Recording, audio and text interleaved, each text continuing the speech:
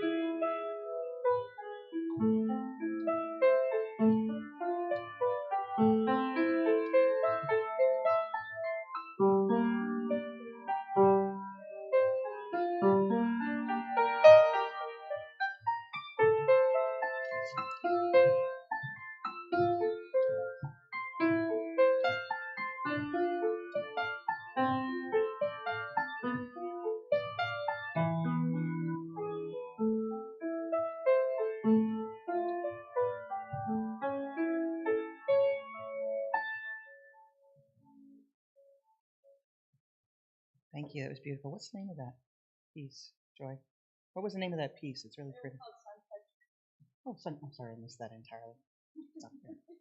Sorry. Okay. An important ritual in the Unitarian Universalist faith is the lighting of our chalice. Unitarian Universalists have many different interpretations of the flaming chalice, including the light of reason, the warmth of community, and the flame of hope. So please join me in celebrating all of these reasons and more. So together we'll recite our unison words for the chalice lighting. We hallow this time together by kindling the lamp of our heritage. Our opening prayer today is number 576 in the Gray Hymnal, A Litany of Restoration, which was authored by Marjorie Bowens Wheatley. If, recognizing the interdependence of all life, we strive to build community, the strength we gather will be our salvation. If you are black and I am white, it will not matter. If you are female and I am male, it will not matter. If you are older and I am younger, it will not matter. If you are progressive and I am conservative, it will not matter. If you are straight and I am gay, it will not matter. If you are Christian and I am Jewish, it will not matter. If we join spirits as brothers and sisters, the pain of our aloneness will be lessened, and that does matter. In this spirit, we build community and move towards restoration. So on that theme, our opening hymn today is titled, We're a Rainbow Made of People. You've got the lyrics here, written by our own Ken Aft in fact. So, and we're going to sing this to the tune of a song called Will the Circle Be Unbroken? So this is our first time through this. We'll be gentle with each other. I'm going to play the chorus first, and then we'll start. Awesome.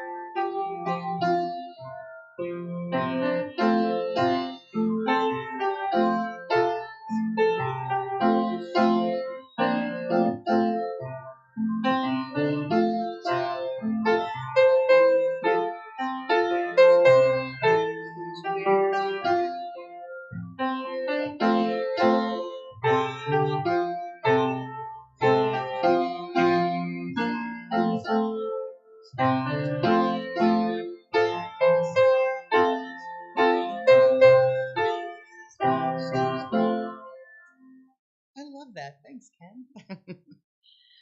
Okay.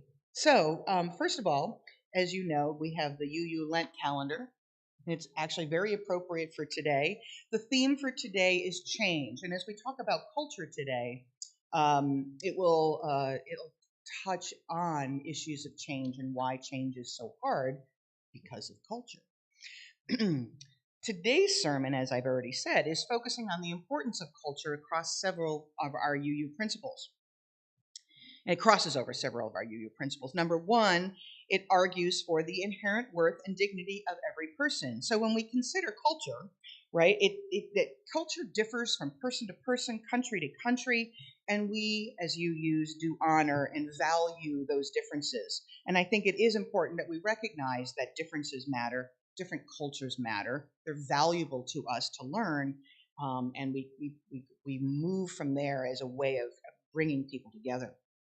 Our seventh principle also resonates: respect for the interdependent web of all existence of which we are a part. Cultures are different across the planet, but also cultures blend and flow and mix, and respecting different cultures is essential to UU values and also essential for us to live in peace with others. In considering the state of the world right now with, lots of stuff going on in Ukraine, this is important for us. So seeking to understand culture so we can work with and for each other is very important. So part of our message today is about culture, what it is, why it matters to us as UUs. And as I was thinking about this today, as I was coming in, I thought, oh, there's a couple more principles that matters, right? As I was thinking about my message for today, number 5, right, talking about the democratic process and how culture, we have to recognize the unique culture of our congregation versus other congregations, and how we decide to manage our democratic process and how we manage our system of governance here. That's unique to every church. And then the issue of world community, number 6, and how important it is for us to have a world community, and that's about recognizing those cultural differences. So culture is just embedded in our principles, and I'm excited to share a little bit of stuff that I try to teach my own students, but also that matters to me as a person and as a Unitarian. So that's what's ahead today. All right. In our pre-COVID days, we honored our joys and sorrows by placing stones in a bowl of water that represented the thoughts and the needs of those who are here and those who cannot be with us. So we hope one day to be able to return to that ritual, but in the meantime, we offer this time for people to share their joys and sorrows verbally and typed messages in on our YouTube link. So if we see anything there, Alex, let me know. Please share your joys and sorrows if you would like. And if not, we can sit in a moment of silent reflection and proceed from there. I'll ask for your thoughts and prayers for my sister. She's kind of going through a hard time right now. So she needs some strength and love. So if we could send some strength and love her way, I would appreciate that. So, anybody have any joys they want to share, sorrows they want us to hold on to?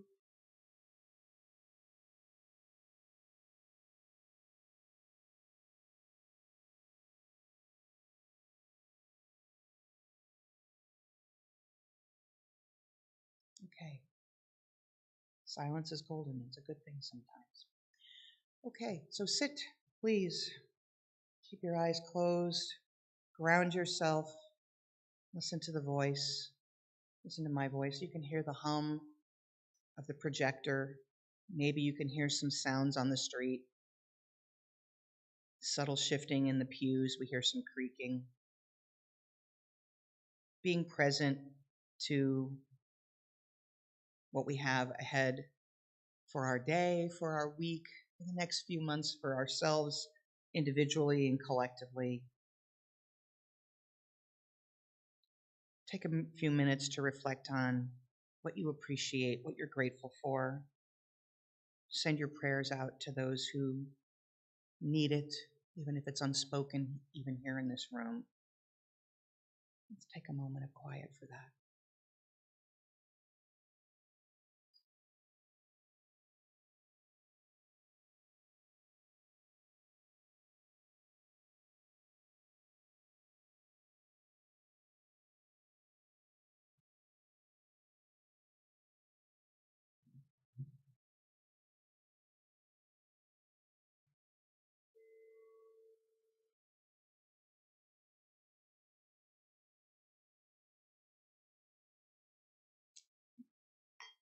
We'll bring you back to present moment. Open your eyes.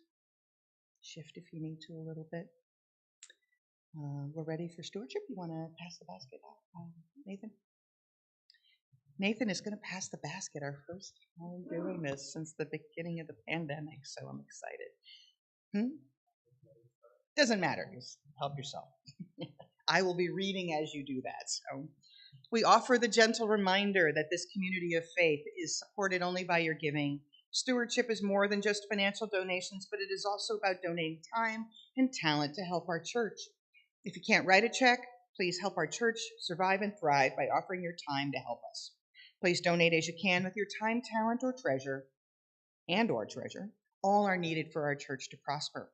Now, if you cannot put something in the basket as it passes today, you can also mail your financial gift to the First Unitarian Church, P.O. Box 494, Alton, Illinois, 62002, also up there. Or you can give electronically by searching for the First UU Church of Alton on both Givelify, and you can also find the link for Givelify and PayPal on our website. So whatever way, we've made it as easy as possible for you to be able to send it to your donations to us. If you're willing to donate your time or talent, please contact a board member, anybody, to tell us how you want to help and how you can help, and we appreciate that so very much. All right. So please join me with our offering prayer. May this offering inspire us. equip us to inspire love and seek justice. I read the words, it just didn't come out my mouth that way. A little bit of an irreverent morning for me, so bear with me, my friends. Okay. Our next hymn is in the gray hymnal, number 148, with all the people on this earth. Did I miss that? Because, yeah, because that was 147. See, just I'm gonna let it go. Whatever it is, whatever she says. Okay, so it wasn't me. All right. I mean, I'll own it if it was me. I have no problem with that. What she said.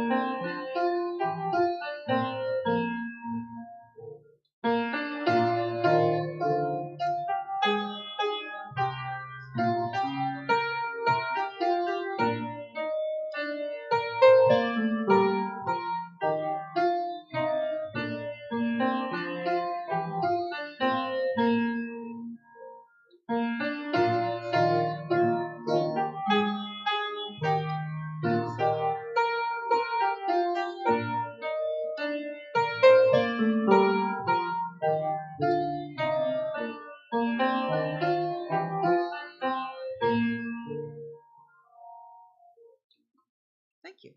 That was the first time I've heard that one. I like that. All right. Our reading today is talking about the importance of understanding different cultures. As societies become more intertwined on a global scale, countries' demographics diversify and our cross-cultural exchanges become more frequent. Our world is getting bigger, richer, and more culturally diverse. Understanding different cultures is more than having an appreciation for our differences, but paving the way for a new world where we all stand together. We're at a moment in time when we need to do more than tolerate each other. One of the reasons why traveling is important for everyone is because it helps us become more inclusive and have a more well-rounded approach to the way we engage with other human beings. We need to form a global community that encourages mutual understanding, learning, and growing together. So why is it important to understand different cultures?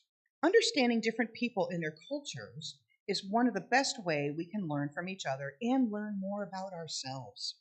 But what is culture? The importance of culture boils down to this. Culture is what informs our way of being. It's what shapes our beliefs and values and influences our behaviors. For example, and I can relate to this one, right? Chugging a cup of coffee and a bagel on the go is unique to New York City culture. While other countries and cultures like France or Japan might actually strictly treat eating and walking as two separate activities. Not New Yorkers, we're always on the go. You engage in understanding culture every day in small ways and in big ways. Culture is the shared language of a community. The holidays that are separated, the religion that is practiced, it's the recipes that are made, the material objects passed down through generations, and the ways we communicate with one another. So why should we study and understand other cultures? Cultivating a positive, accepting, culturally diverse society allows us to embrace multiculturalism and reevaluate old beliefs. We reflect on what we see as normal or abnormal, like eating a bagel on the way to the metro station, and challenging ourselves to see the world from new perspectives.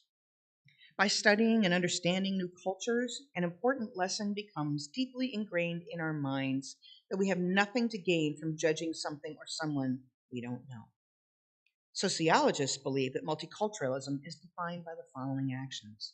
Number one, recognizing that there are tons of different cultures and they're all individually diverse. Number two, respecting the cultural differences between one another. Number three, acknowledging the validity of different cultural backgrounds and expressions. Number four, valuing what different types of cultures have to offer. Number six, actually five, I guess I'm up to five, encouraging diverse groups to contribute to communities and public discourse. 6, empowering people to achieve their maximum benefit by being critical of their own biases. And last, celebrating one another rather than just tolerating our differences. What can different cultures teach us? By immersing ourselves in other cultures beyond our own, we can learn about each other, where people come from, what their traditions are, what they struggle with as a community. It also forces us to criticize assumptions held by our own daily life and practices, encouraging incredible personal growth. Who knows, maybe you'll even learn something new about your own culture in the process. There are plenty of ways you can start learning about other cultures, from asking your friends questions to reading up on various cultural norms online. But one of the best ways to truly grasp what a different culture is to put yourself at a culture's epicenter, to travel. Embracing different cultures through travel allows you to experience what it's like to be part of a community other than your own. It also gives you cultural awareness and acceptance, which can help break down cultural barriers while interacting with people of different backgrounds. Here's some of the ways to do that. Number one, try a native language and dialect to achieve cultural competence. The ability to effectively interact with people across cultures. Even learning a few phrases and words can help you make a deeper connection with a culture different than your own. Learning a different language will also help you to learn effective communication skills when speaking English with people who are not from the same cultural background as you. Join in on local celebrations with an open heart and an open mind. Cuisine is culture. Tap into your inner Anthony Bourdain and try the foods and drinks that locals are having. Artistic expression can open up whole new doors to your cultural understanding. Visit art exhibits, performances, and history museums in your area. Don't be afraid to ask questions, but make sure you're being an active listener. It's important to go out of your way to be respectful when someone is kind enough to open up and share their world or cultural values. Beyond gaining a different perspective about a certain culture, you can become a better ally to a community you want to support by trying new experiences outside of your comfort zone, taking the time to learn about different cultures. We just ran out of oil in there. Yeah, it's empty of oil, so it's okay. That doesn't work either. Oh, there it is. Yeah, I'll do this. I am nothing but improvisational if I need to be. Okay. Oh, so we said trying new experiences outside of your comfort zone, taking the time to learn about different cultures, carrying those valuable skills into all other aspects of your life. Learning about one culture is a lot like learning a different language. Once you've done the work to understand and connect with one, and to connect with one, it's easier to learn about more. Increasing your cultural sensitivity about one culture helps you to be more mindful of other cultures too, and may inspire you to learn more about different communities in the future. It also makes you want to be more open and share your culture with others who are interested. It's a win-win. Cross-cultural experiences help you to be more aware and cognizant of the way that you act, from the things you think to the words you say to the clothes that you wear. But it doesn't just make you rethink your own cultural biases. It also makes you question the root of where they all come from. Where do we subconsciously pick up learned behaviors and opinions that are culturally insensitive? By normalizing the fact that you can change your opinions and allowing yourself to admit personal biases, you'll start to recognize other groups of people for who they are. People just like you. Absorbing new information, seeing the world from different points of view, and practicing active listening skills are all humbling and even joyful events. They help you to make you a more empathic person. Especially in America, where demographic projections have shown that diversity will continue to rise no matter what, even if immigration slows down. Applying these new skills to life in the U.S. is now more important than ever. I would also add to that in our church, in our communities, globally, at all levels. And that's where we're at. So that was our reading for today.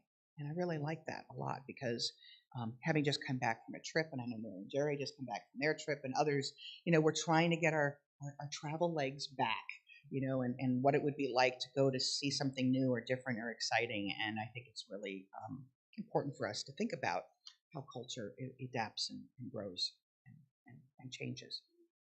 So, our message for today. And as I said, having just traveled to, Mexico and trying to sort of learn and explore that culture. And, my brother and I are both sort of on a similar journey of trying to figure out, if we get to retire, what would that look like? And would we want to live in a different country, absorbing different culture, learning about different ways of being? And there's wonderful places all over the world, where a lot of American expatriates go and explore and learn and live abroad. And a lot of the stuff that I do, as I'm sure many of you know, I teach at SIUE, and my research, while it's in the field of human resource management, my teaching is in HR, but my research is on diversity. My research is on how do we understand differences, how do we reconcile different ways of going about doing things, how do we understand someone's deep hidden secrets, and how that can hurt them and their ability to be authentic. How do we handle discrimination and harassment and things of that nature? So diversity is really relevant to me as an academic, and my personal passion is embedded in that. So one of the things I've been really fortunate of lately is being able to get involved in doing more diversity training and diversity consulting with businesses, not mostly here in the Midwest, but sort of I'm starting to see interest with companies and groups of people outside of it. Like there's a group in Hawaii, which I said I would be very happy to come and do the training in person, to which they laughed and said, we'll do it virtually. I'm like, okay, fine, I get it. But maybe one day I'll get out there for that, so it'll be fun. But I'm really fortunate to have that exposure between the work that my brother does up in the Seattle area. He wants somebody to come in and do help with diversity consulting, and I'm doing some work with him, as well as some local groups, and just my own word of mouth out there. So this is a deep passion for me to recognize differences and why differences matter. So I'm in the midst of doing a series of talks to a local construction company, which I won't name, but I'm doing these talks for them, and we're covering all of these issues, not least of which are some of the things that were discussed in this reading about how we need to be sort of open to cultural differences in order for us to be able to function better as an organization, whatever that organization is, whether it's a small nonprofit, a church, a business organization that makes a gazillion dollars a year. The point is that recognizing our comfort and sensitivity to different cultures is so important. We spend a lot of time talking about demographic diversity, but diversity goes way beyond just the basics, like what's my skin color, am I male, female, gender queer, what's my sexual orientation, what's my ethnicity and race, et cetera, et cetera. It's more than that. It's about neurodiversity, and it's about diversity of experiences, diversity of political views.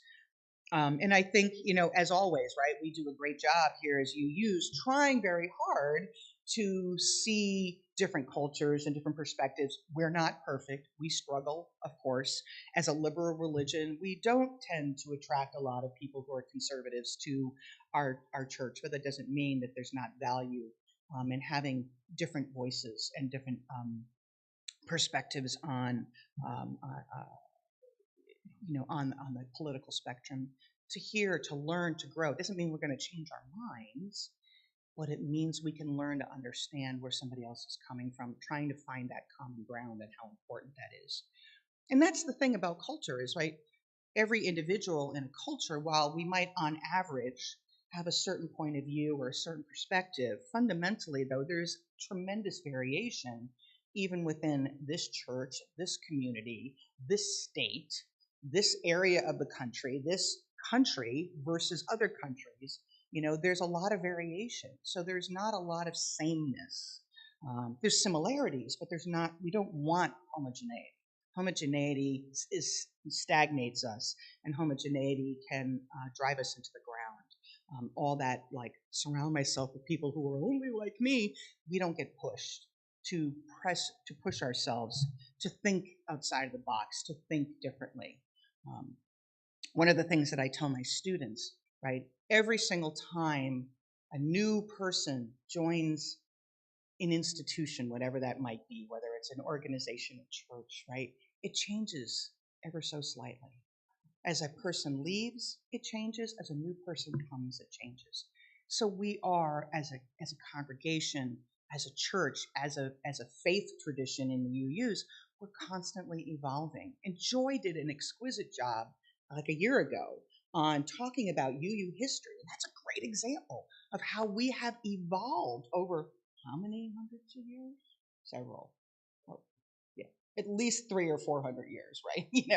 So how we have evolved from patriarchal approach to things to much more ecumenical, if you will. And we still have ways to go. We still have lots to learn, and we still have lots of change ahead of us.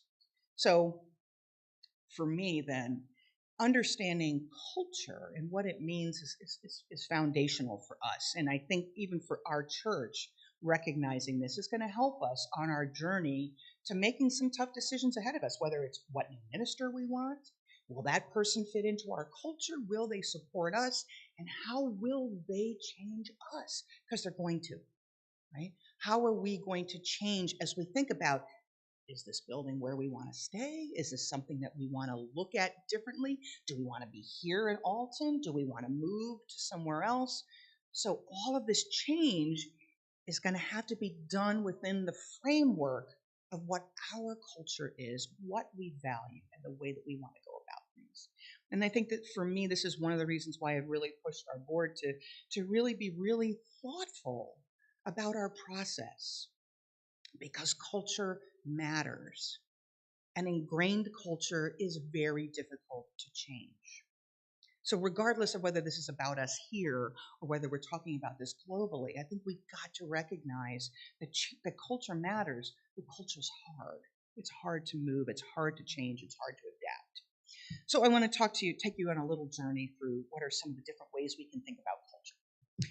And national culture is one of them, right? So when we think about national culture, and for anybody who's traveled to different parts of the world, or even has just been exposed to different racial and ethnic groups here in the United States, we recognize that there are cultural norms that are very different depending on where you go. Now, there's all sorts of variation within each of those national cultures, but on average, where people are, it varies really from place to place. And there was a researcher, his name was Geert Hofstede, and he did really comprehensive research a number of years ago on the different ways that national culture varies.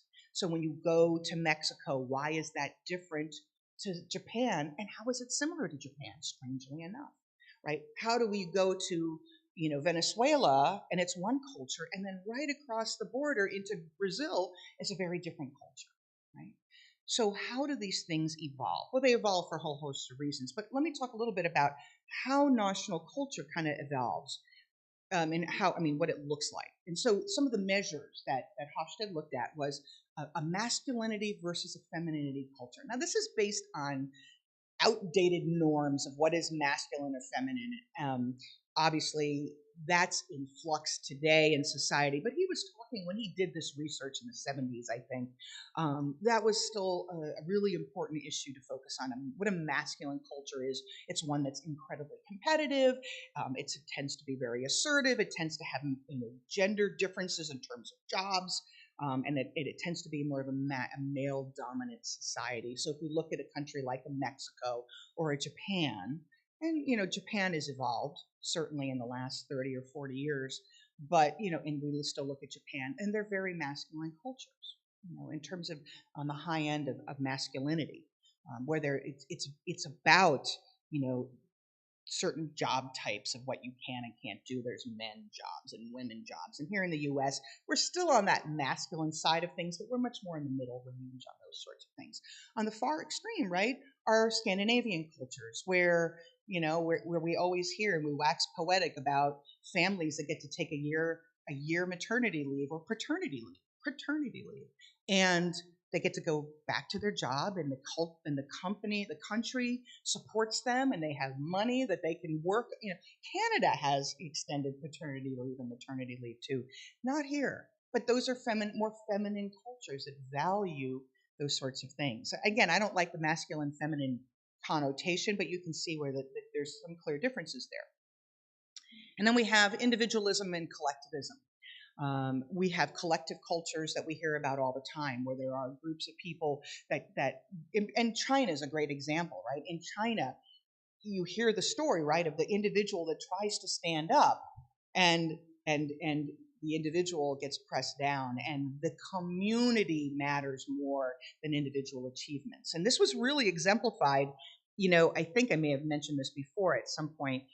It was really exemplified for me in an episode of a TV show I saw where I think it had Hilary Swank in it, and they were all traveling to Mars, and it never got renewed, and I'm so disappointed because it was a great show.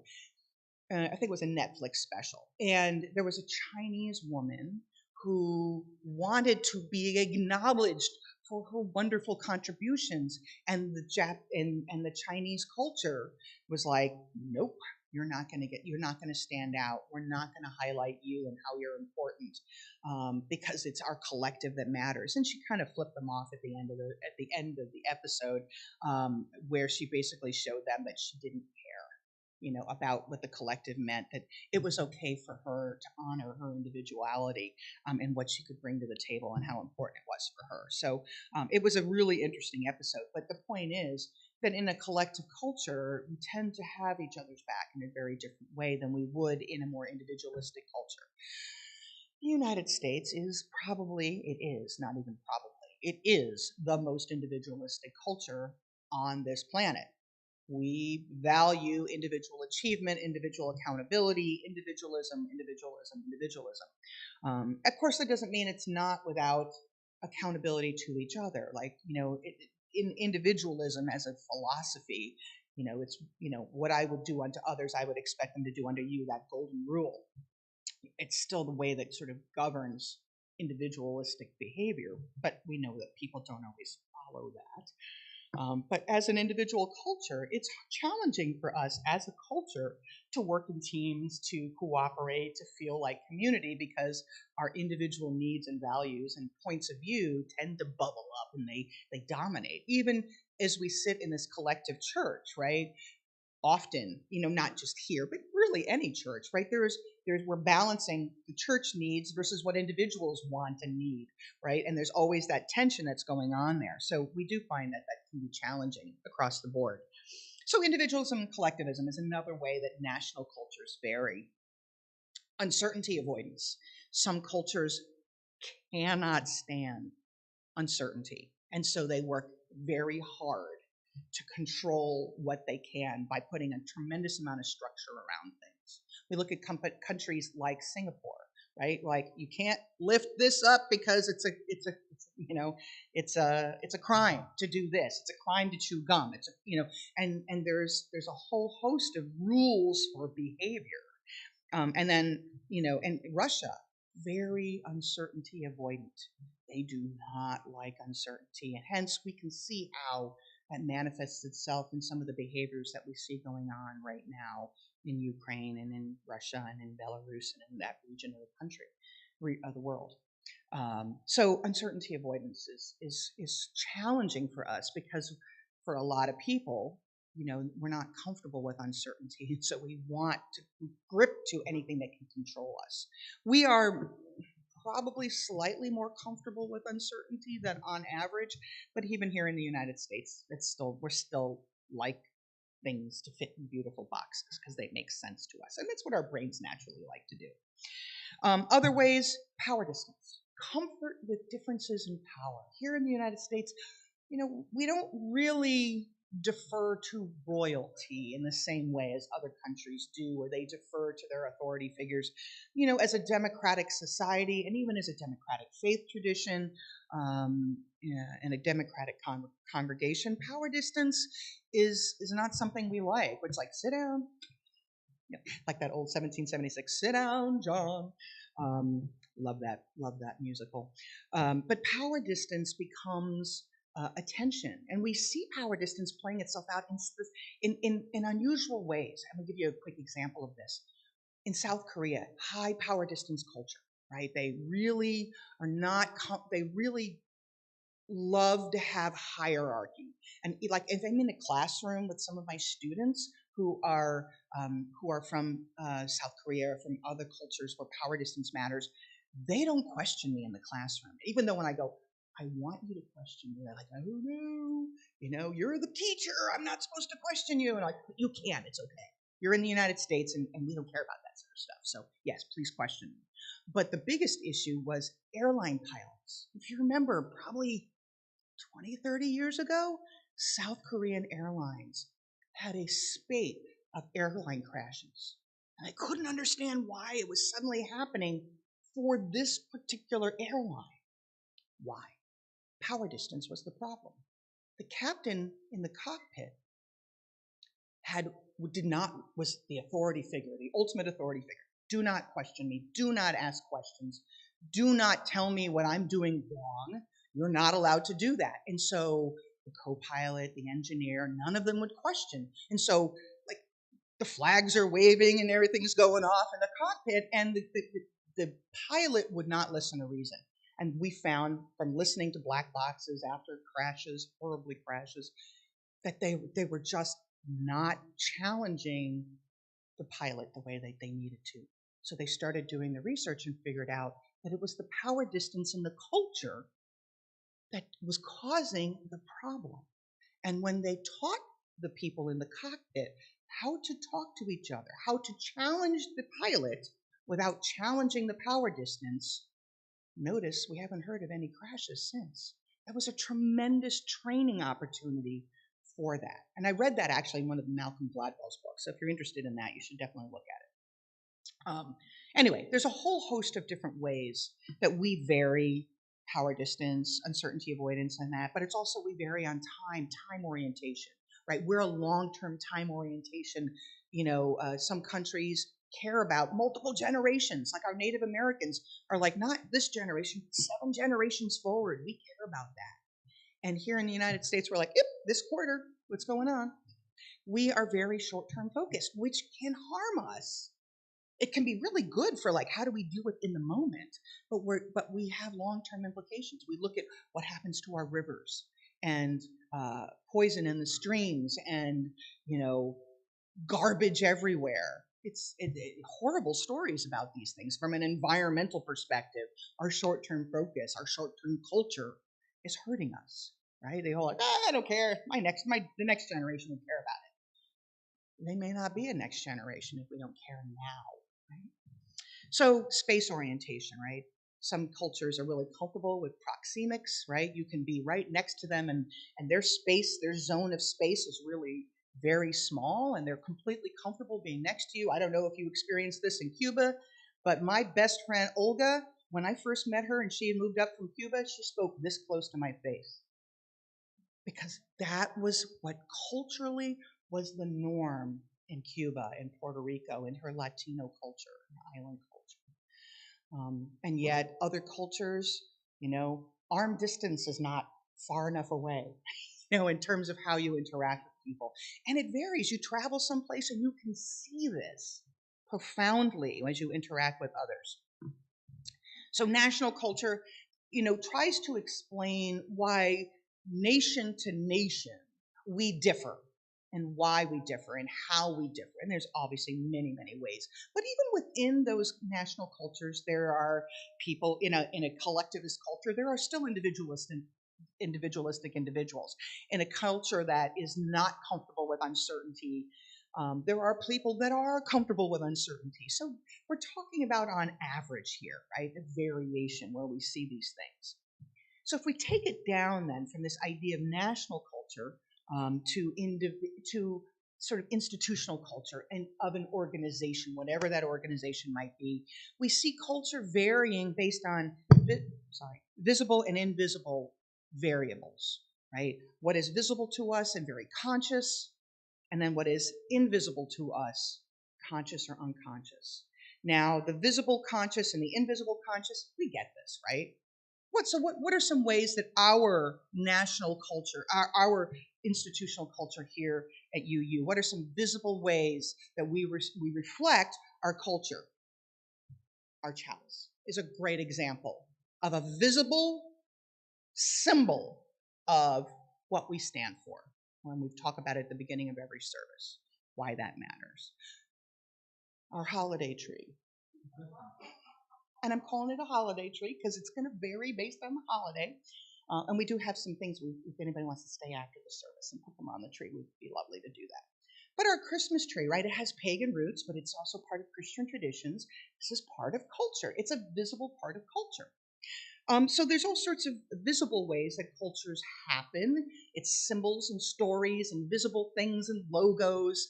We talk about, getting a new logo. Do we want a new logo for the church? And we're still working on that as a board. It's been one of those things like, oh, well, we're going to table that for now. Oh, we'll maybe probably table that till next week. And we'll get to it eventually. There's so many other things that we're working on that, the logo for the church doesn't rise to the highest level of importance for us right now. But invisible culture. What are some different invisible ways that companies vary or organizations vary? Instead of saying companies, I'm going to check my language and say organizations are going to vary based on invisible. What are some invisible things?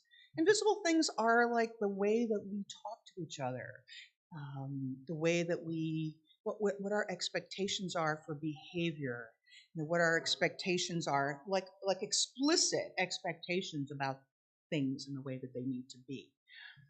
And okay, again, we can still kind of look at that and go, all right, we can figure that out. And then we've got unconscious stuff.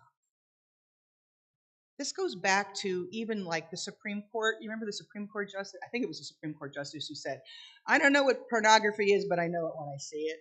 It's the same sort of thing, right? Culture, it's like it's hard to sometimes put our finger on what culture looks like and what it means. Often because so much of culture is just unspoken.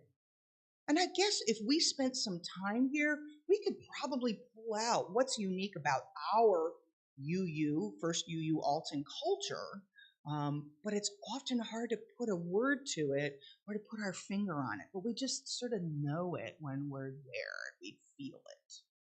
Right? One of the things I will tell you that is part of our culture that you don't see at other UU churches, right? Is somebody walks in the door here, they're greeted. They're welcomed. They're thought of as, thank you for being a part of this place. That's been my experience. I walked in the door here, and I was like overwhelmed with feeling welcomed. And I will tell you, as an LGBT person walking into a church and having them go, come on board, we love you, was mind-blowing to me. Mind-blowing. So institutional culture, organizational culture is really sort of valid. It has these visible and invisible things, conscious and unconscious elements to it. And because there are these really challenging unconscious elements to culture, we know that culture our UU Lent thing, culture changes slowly, very slow, like glacially slow. It changes as each new person enters the door or as each old person leaves and exits for whatever reason, there's a subtle change. The culture changes. Like my son has come back here a couple of times since he was coming here regularly, and he goes, it feels different. Now, we don't necessarily feel that difference because we've been here, right, daily. But he hasn't been here for a few years, and he feels that big difference from what it was like 10 years ago to what it was like today. It is different. It's going to be different. And we can't look backwards. We can't look backwards when it comes to culture. We have to look forwards. Not what we were, but who we are now and where we want to be. And I think that was one of the things that Claudia spoke about with us, right, a couple weeks ago when we did our difficult conversations thing, which was we got to figure out where we want to be. And that's where this new culture and this new group is going to go, and we're going to do something fun about that. Where does culture come from? It comes from the natural variation in people and their behaviors and what they value and what their experiences were before they walked into their organization, whatever that is.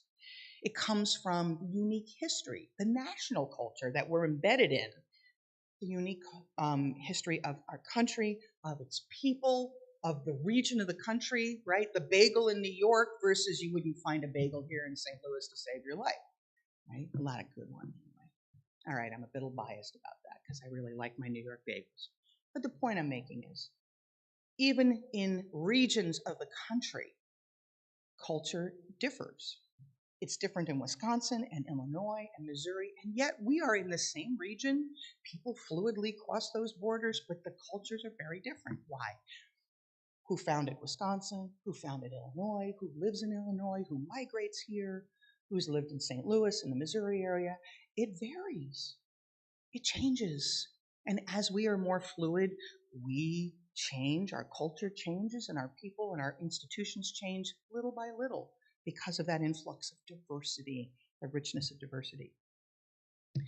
Leadership matters in culture. In an organization, the leader sets the tone for how they want things to happen. And in a church, we have different kinds of leadership, right? We have our spiritual leadership based on who's in the pulpit in terms of a minister. And we also have the board presidency and the board and what the board brings to the table. And sometimes those things are in alignment, and sometimes they're not, as we've known, right, from our own history.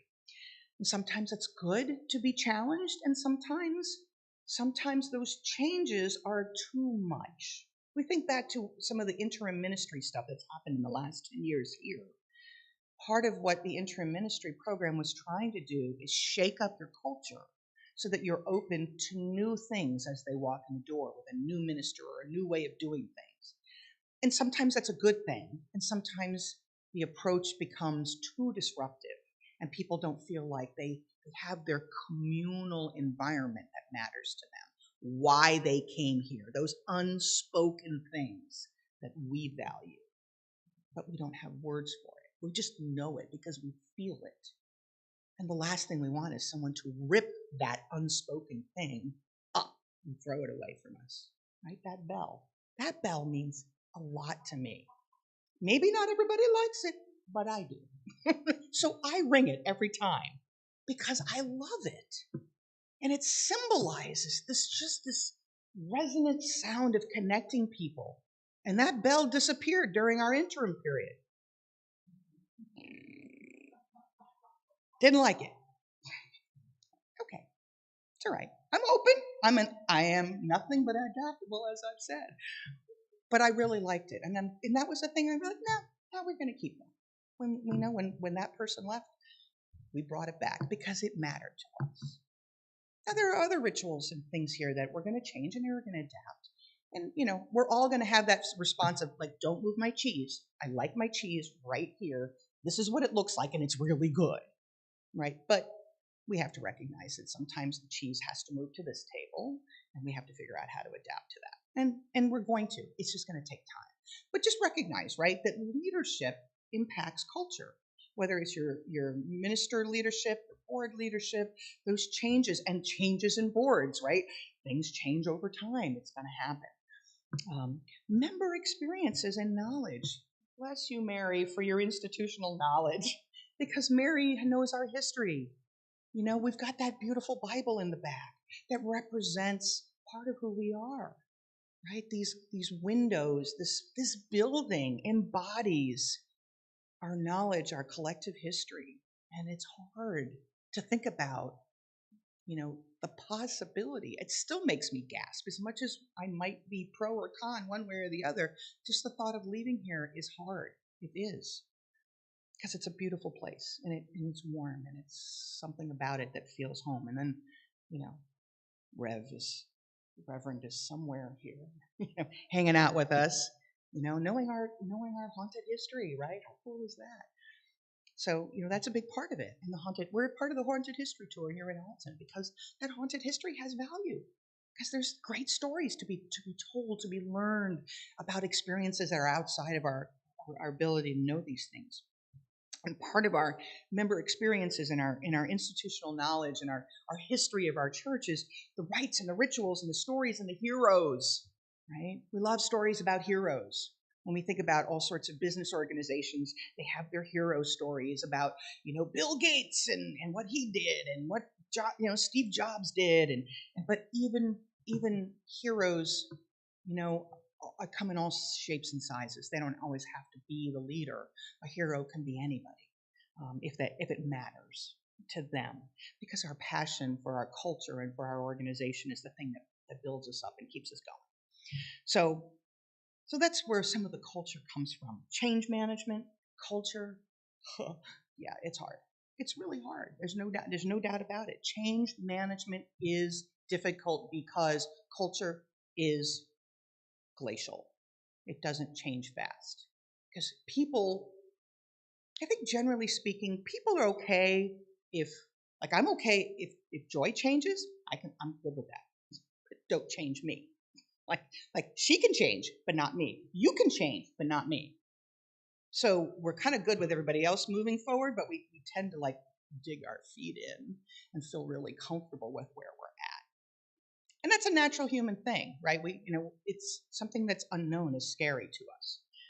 And so it's good to think about culture and change management and recognize that, you know, this whole discussion that I know people are like, oh my God, this discussion has gone on forever. Let's make a decision and go. That's the reason why it's so hard and why it's taken us a while, because culture moves slowly. And we can't just flip the table and say, that's it, we're done, and we're going to just do this thing. It's going to take a while. It may still take a while for us to make that final decision, what we're going to do and where we're going to be. We got to be open to the process. Be open to the journey, let it be. So why then, besides these little things, talking about how this matters to us, why does it matter? What does culture matter to you? Well, obviously, if we look at, as I've already noted earlier, world politics and events, right? These are things that we pay attention to as Unitarians because we recognize this global connectedness that we all have. And we understand that butterfly effect. If we do this here, it's going to affect that thing over there. But we also think about things like colonialism. Colonialism is about taking my culture, and my culture matters, and imposing it on you. That's what colonialism is. That we think we know better than the colony, quote unquote, that we're trying to overpower. We did this with Native Americans. People have done it here to us. You know, we do it to other cultures and companies. This is part of the dynamics, the world dynamics. And for us, because we care about world cultures and interdependence, we care about people, we care about peace. These things, we got to understand why they happen and why they occur the way that they do. Slavery and Black culture and the Black Lives Matter issues, also part of understanding dynamics and the culture of what it's like to be Black without like for me, I'm Italian and I'm Irish. My ex-husband's like, oh, I'm Black. Well, what does that mean? Well, it's different because Black means something to him. It's a different way of seeing the world without having a national culture to hold on to. And even within Black culture, right? There's Caribbean Black culture, African Black culture, African American culture. it's different. Across, there's not a uniform way. So trying to understand Black culture and understanding the history of what we did to erase the culture of Native Americans from this area, or from people who are Black. We've done a disservice to culture, and we recognize this now, but I'm sure we've all made those same mistakes. Lastly, the Ukraine is a great example too, right? What's going on historically, what do we understand about Russian culture, Ukraine culture, and how that plays itself out politically. It's tough. Social justice issues, right? Social justice issues come from, the issue of culture and how things change and evolve. When I first came here, I think Lane, you and others had sort of led this path for us to become a welcoming congregation, to the point where we've had, I'm an out lesbian, we've had board presidents and ministers who are lesbian and transgender, and that's changed the culture of this place. But I know that wasn't an easy journey for this place either, or for the UU faith collectively. Now, we were maybe ahead of the game, doing this before other church traditions, but it was still a journey, and it was still hard. It's still challenging. And then it matters to us congregationally, right? Because our congregation has a unique culture and a unique way that we see who we are, what we value. Some of it's linked very tightly to what the UUA says we should believe and the way we are. And then we're different. If you've been to any of the other UU churches here, we're a very different animal from First Church, from Eliot, from Emerson. They are more similar than we are to them. We are very different in a good way, I think, because we just have a different way of embodying what we believe it means to be a UU. And I think because of that, it's what makes us, I guess if I go back to what a previous member said here, it's a special place. It really is. And I'm so grateful that we're here to be able to have this special connection. It's important for us as we think about some of the messages that were in that reading today about what it means to expand our point of view, expand our minds a little bit about differences, whether it's individual differences or in terms of how I differ from you, or whether it's how my company or my organization differs from that company, how my country differs from that country. How do we overcome the natural tendency to want to surround ourselves with people who are like us and to not other somebody else in another group? We do this because we have to do this by exposing ourselves to different ways of being. I know that the first time this church probably participated in a pride parade blew people's minds. No doubt about it. And now we don't even think about it, right? It's not a problem. What we know from the research, whether it's through the Harvard Project Implicit group that talks about individual differences and unconscious biases, we know that when we expose ourselves to different people, different ways of thinking, we only grow. It doesn't necessarily mean we'll necessarily change our mind, but we grow as an individual. Is it? I'm looking at that clock. It says something very different. That's what I'm...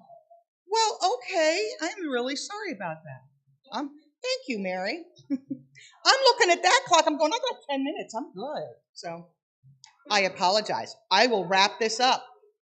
Why does it matter to us? Because it does. The end. Anyway, I will conclude there because obviously we've gone far over this, and I apologize. That's what I get for not paying attention. All right. Our final hymn, number 134. Do I have the title right? Our way, our one world, our world is one world. Okay, I can read these things. Thank you. I'm so sorry.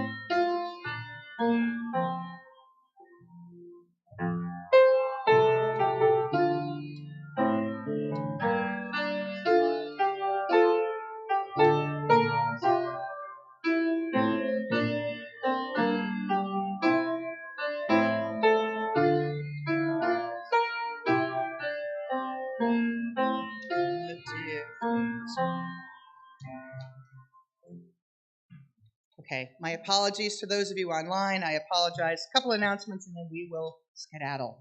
Number one, if you're a visitor and would like to receive our church's newsletter and weekly information flyer by email or want more information about the church, please fill out the visitor card found at the visitor information table by the windows in the fellowship hall. There's a basket to put the completed card into. If you would like a new name tag, you can fill out also one of the new blue name tag request forms in the visitor information table, and we'll put that form also in the basket, and we'll get that made. The church newsletter is going to be sent out Wednesday or Thursday. If you have something to be included, please get your info to Mary by this coming Tuesday, March 29th. Good. Other quick things. Fourth Saturday, we had a nice amount of volunteers show up, which was great. Thank you, everybody who did. And we served just under 30 people. So our numbers are growing. We had like 8 the first time we revisited this, and we're growing little by little. So we keep telling everybody, get the word out, get the word out, get the word out. Other than that, quick things to tell you, we're going to be replacing the furnace. We got an estimate on that. It's probably around $5,000 to replace both the furnaces that we need to. Yay, not more expensive than I thought it would be. So we're working on that. I got estimates on new windows and what we need to do there. I have, just to give you sort of a stay or go update, we have the grants. The grant writer has submitted her suggestions to us. I'm going to talk with her tomorrow, and then we'll start bringing grant ideas as we go. After the board talks about it, we'll figure out what we're going to do for grants. Lastly, we've done a ministerial interview, and so we're in negotiation now, I guess-ish. It's a good way of putting it. Right now, we're just doing background checks and reference checks and things, and we hopefully will have some answers soon. Fingers and toes crossed. Seriously? Because this would be wonderful if we could do that. I can't think of anything else right now, so I'm going to keep moving to the extinguishing of the chalice. So, invite you to join me in extinguishing the chalice, the prayer. The light of truth and meaning cannot be put out. We are keepers of this flame until we meet again. All right. Closing words from Lao Tzu, number 602 in our gray hymnal. If there is to be peace, if there is to be peace in the world, there must be peace in the nations. If there is to be peace in the nations, there must be peace in the cities. If there's to be peace in the cities, there must be peace between neighbors. If there's to be peace between neighbors, there must be peace in the home. If there's to be peace in the home, there's to be peace in our heart. Thank you and have a great day, and I apologize for going over because I'll blame the clock. Thank you. All right, and our prelude. Woo-hoo.